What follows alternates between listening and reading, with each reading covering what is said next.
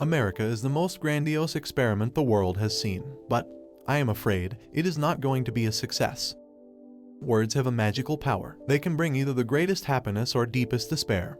They can transfer knowledge from teacher to student. Words enable the orator to sway his audience and dictate its decisions. Words are capable of arousing the strongest emotions and prompting all men's actions. I have, as it were, constructed a lay figure for the purposes of a demonstration which I desired to be as rapid and as impressive as possible. Out of your vulnerabilities will come your strength. In human beings, pure masculinity or femininity is not to be found either in a psychological or biological sense. Unexpressed emotions will never die. They are buried alive and will come forth later in uglier ways.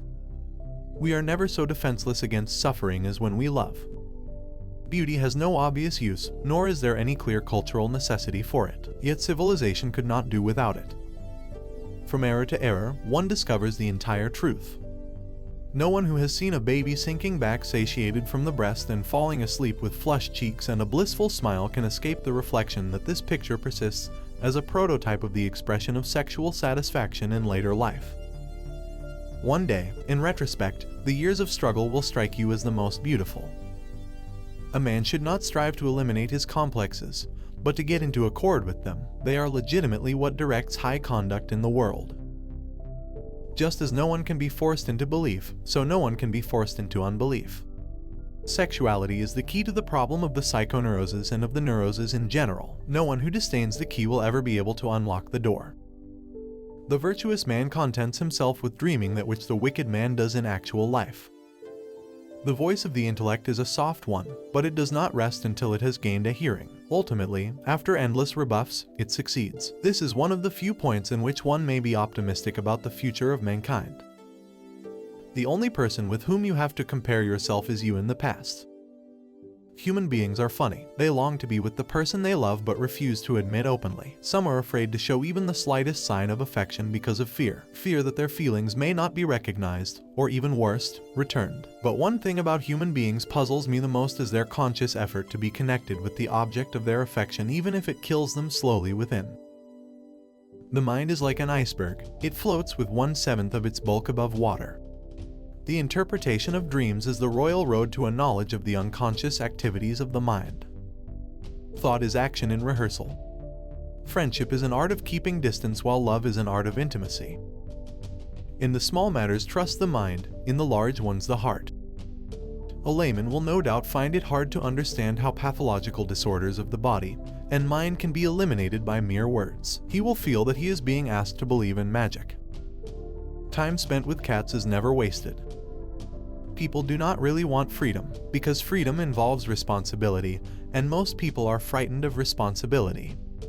The first human who hurled an insult instead of a stone was the founder of civilization. The more perfect a person is on the outside, the more demons they have on the inside. The ego is not master in its own house. Love and work, work and love, that's all there is. The conscious mind may be compared to a fountain playing in the sun and falling back into the great subterranean pool of subconscious from which it rises. Public self is a conditioned construct of the inner psychological self. We are what we are because we have been what we have been, and what is needed for solving the problems of human life and motives is not moral estimates but more knowledge. My love is something valuable to me which I ought not to throw away without reflection. He that has eyes to see and ears to hear may convince himself that no mortal can keep a secret. If his lips are silent, he chatters with his fingertips. Betrayal oozes out of him at every pore. Religious doctrines are all illusions. They do not admit of proof, and no one can be compelled to consider them as true or to believe in them. It is impossible to escape the impression that people commonly use false standards of measurement, that they seek power, success, and wealth for themselves and admire them in others, and that they underestimate what is of true value in life. In the depths of my heart I can't help being convinced that my dear fellow men, with a few exceptions, are worthless. Whoever loves becomes humble. Those who love have, so to speak, pawned a part of their narcissism.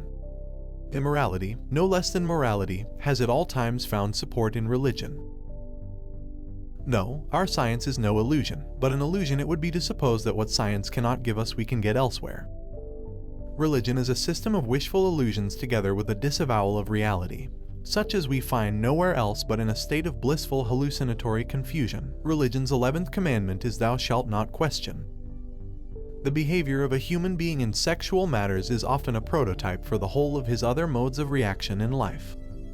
America is a mistake, a giant mistake. Neurotics complain of their illness, but they make the most of it, and when it comes to taking it away from them, they will defend it like a lioness her young. Properly speaking, the unconscious is the real psychic. Its inner nature is just as unknown to us as the reality of the external world, and it is just as imperfectly reported to us through the data of consciousness as is the external world through the indications of our sensory organs. What progress we are making. In the Middle Ages they would have burned me. Now they are content with burning my books. The more the fruits of knowledge become accessible to men, the more widespread is the decline of religious belief. Poets are masters of us ordinary men, in knowledge of the mind, because they drink at streams which we have not yet made accessible to science. A love that does not discriminate seems to me to forfeit a part of its own value, by doing an injustice to its object, and secondly, not all men are worthy of love. Illusions commend themselves to us because they save us pain and allow us to enjoy pleasure instead. We must therefore accept it without complaint when they sometimes collide with a bit of reality against which they are dashed to pieces. Instinctive love toward an object demands a mastery to obtain it, and if a person feels they can't control the object or feel threatened by it, they act negatively toward it. It goes without saying that a civilization which leaves so large a number of its participants unsatisfied and drives them into revolt neither has nor deserves the prospect of a lasting existence. Love in the form of longing and deprivation lowers the self-regard. You wanted to kill your father in order to be your father yourself. Now you are your father, but a dead father. It is a predisposition of human nature to consider an unpleasant idea untrue, and then it is easy to find arguments against it. The liberty of the individual is no gift of civilization. It was greatest before there was any civilization.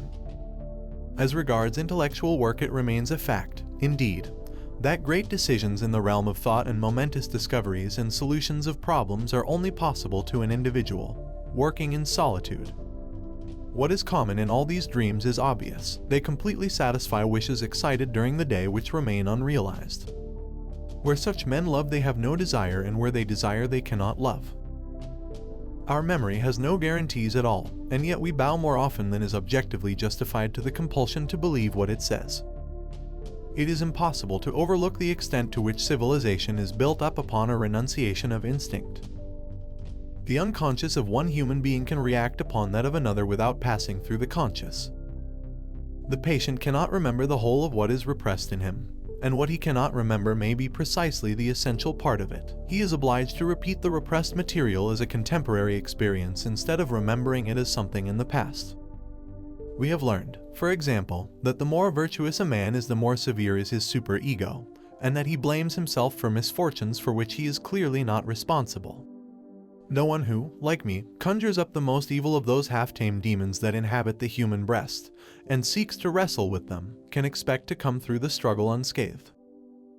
Only a rebuke that has something in it will sting, will have the power to stir our feelings, not the other sort, as we know. The motive forces of fantasies are unsatisfied wishes, and every single fantasy is the fulfillment of a wish, a correction of unsatisfying reality. I may now add that civilization is a process in the service of Eros, whose purpose is to combine single human individuals, and after that families, then races, peoples and nations, into one great unity, the unity of mankind. Dreams are never concerned with trivia. The distortion of a text resembles a murder.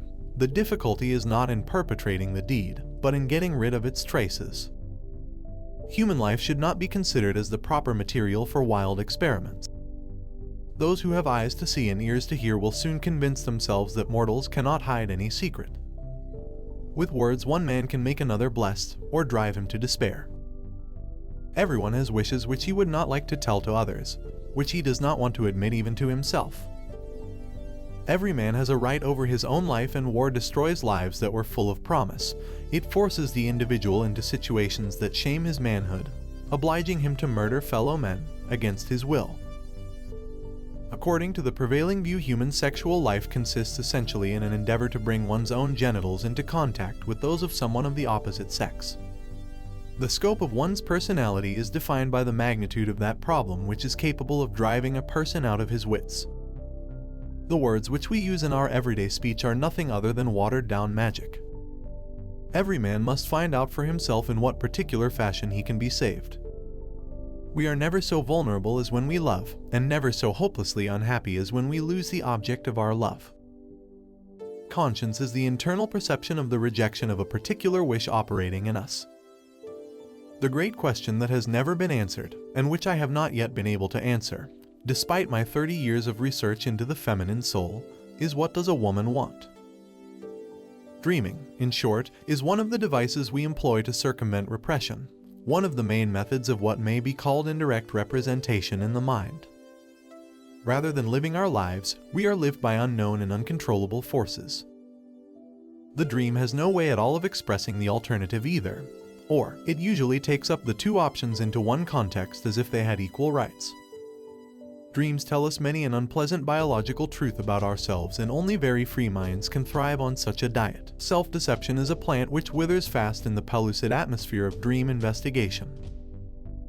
The communal life of human beings had, therefore, a twofold foundation: the compulsion to work, which was created by external necessity, and the power of love. I always find the same principles confirmed. The elements formed into the dream are drawn from the entire mass of the dream thoughts, and in its relation to the dream thoughts each one of the elements seems to be determined many times over. Dream displacement and dream condensation are the two foremen in charge of the dream work, and we may put the shaping of our dreams down mainly to their activity. One must be humble, one must keep personal preferences and antipathies in the background, if one wishes to discover the realities of the world. The demons of animism were usually hostile to man, but it seems as though man had more confidence in himself in those days than later on. I have, as it were, constructed a lay figure for the purposes of a demonstration which I desired to be as rapid and as impressive as possible.